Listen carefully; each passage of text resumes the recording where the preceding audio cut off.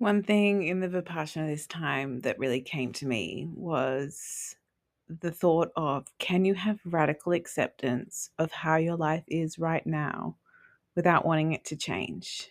And I think that is radical in this in this society. We're always, if we're feeling down or out, we're always wanting to feel better. If we don't look a certain way, we want to like make ourselves look better. Like, instead of just realizing that at this moment it's all perfect, and can we just accept that even if it's not the way that we want it to go? And this is, I've been really sitting with it because I can see that internally I have expectations about how I want my life to go, and that is what's causing me intense suffering. Or I have expectations about how a certain person should treat me, and that gives me suffering. When if I can just accept that it's all perfect, that everything in my life is just bringing me back to myself, which my recent suffering has just kept on bringing me inside and inside, because all I can do at the moment is like live in the present moment. And, you know, I wrote some notes. I just wanted to read what I was writing last night. Yeah, like what if like you could just say to yourself in this moment, like, it's all perfect. And, you know, even from a higher perspective, if you don't believe that there's a higher force governing the world, from a lower, from a day-to-day human perspective, it's got to be all perfect, because it's literally all you've got right now. Like, when you're in the moment, in this moment, nothing else exists. And I think like that's the reality of like all this present moment advice that all the gurus, oh, they all say it's here now, be here now, have radical acceptance over now, like be where you are, and I'm finding that that's where I find peace. And yeah, if you can just yeah, say to yourself, it's all perfect. Well, it is, because there's no other way, because you're here and it's perfect. Whether you're in suffering, perfect. Whether you're in joy, perfect. It's all going to change. And that's the beauty of it. It's all going to change. And it just changes from moment to moment. Like, it's like the interesting thing. You look out to the sky, look out to the weather, and there's storms, there's sunshine, there's wind and stuff. You don't judge that. You don't try to change the sky. You maybe get an umbrella or you get a hat, but you're not necessarily wanting to change it or it to be any other way. Um, so that's with our lives. Sometimes the storms come in our mind, and instead of grabbing onto that storm and diving into it, why am I like this? Why I need to be another way, or I need it to go a certain way, or why is this person like this? It's just like, it will change. Just breathe. Just come back to your breath. Know that it's all perfect, and have radical acceptance for where you are.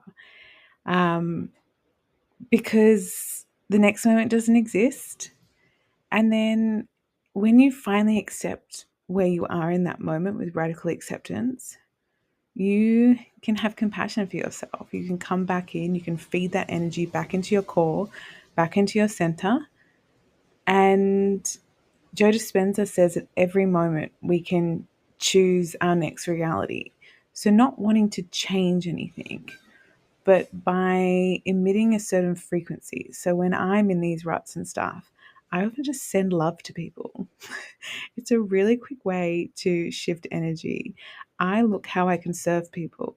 I look how I can, not think about myself, to give outside of myself. I do meditations where I breathe in suffering of the world and I breathe out love, because sometimes it's all I can do. I'm like, I don't know what my life is. So I'm just going to sit here breathing in the suffering of the world and visualizing love surrounding the world.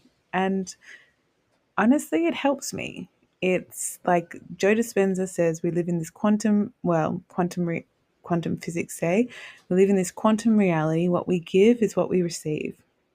And I've been using Joe Dispenza for quite a while now, and I can say that honestly, it works. We're vibration, we're energy. And the more I'm not reacting negatively to the stuff in my life and creating more ripples of karma, the quicker I'm able to move on from these things. And it's just, you don't even move on for things. It's radical acceptance of where you are, not wanting it to change. It's funny, I'm still learning. And when we can really visualize and feel love in its highest vibration, along with authenticity, what's true to you? What's your truth? Maharaji says, tell the truth. And then they say, I don't know if this is fully, everyone's been saying it, that authenticity is a higher vibration than love. And that's funny because we are love. At our core, it's all love. So if you're authentic, you are love. And when you tell the truth, like Maharaji would say to Ram Dass, love everyone and tell the truth. And then he went on this like journey where he started telling people the truth. And he's like, you stink. I hate you, blah, blah, blah. And like made lots of enemies. And then Maharaji was like, what are you doing? I told you love everyone and tell the truth. And then Ram Dass realized actually the truth wasn't that he didn't love everyone. The truth was that below all of his egotistical expectations and judgments, he loved everyone. And that's where Maharaji was getting him to the point that could love everyone, no matter what the circumstances was. So, you know, it's like the I've written a note, and I'll just riff on it because I'm doing this for myself.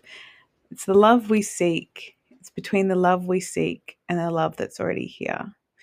And I've been thinking into that of like how much I've been outsourcing my own happiness, my own joy, my own peace, my own success. And if you are putting any reassurance or need from something outside of yourself, there's going to be suffering. And that's like where I kind of got led into the spleen, because the spleen meridian is all about, very much like resourcing, digesting the experiences, is it self-worth? It's insecurity. So I'm always looking outside yourself for the stuff. And so now the practice that I've been doing is if I find myself seeking out, I imagine the energy just going back into my heart and going back into my hara and just bringing it back in, and then I send it back out to everyone in love. So they're just like a few little riffs. I personally am doing this because I love talking about Ram Dass, meditation, meridians. I fundamentally, it makes my life a lot easier when I can talk these things because it reinforces in my head my beliefs. And I think I have 3 followers on here, and this is this is the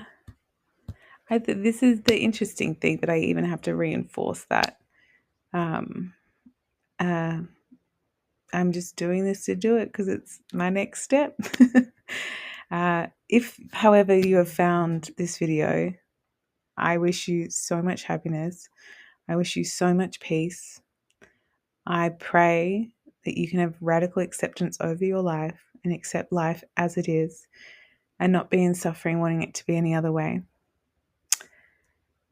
If all else fails, say a little prayer, say a little gratitude, find the things in your life that are going well and just count your blessings and send love to someone else. See who else needs some support and relieve your suffering that way. Bye. Talk to me if you want.